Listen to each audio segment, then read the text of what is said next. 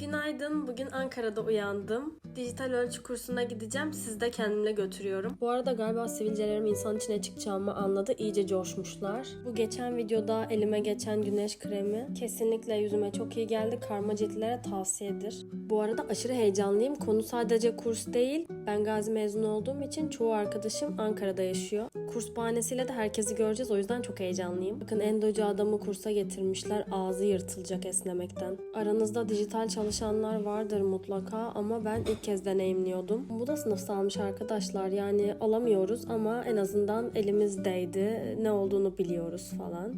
Bu arada ilk denememde çok güzel ölçü aldım valla. Takdir topladım. Bu kızın elinden iş geliyor yani. Köyümüze dönmeden önce Ankara'nın son nimetlerinden faydalanıyoruz. İF'e geldik, bir şeyler yiyeceğiz. O kadar mutsuzum ki döneceğiz diye yani. Keşke bu insanlarla her gün takılabilsek. Neyse bize yol göründü. Umarım yakında tekrar görüşürüz Ankara. Seni almaya geri geleceğim.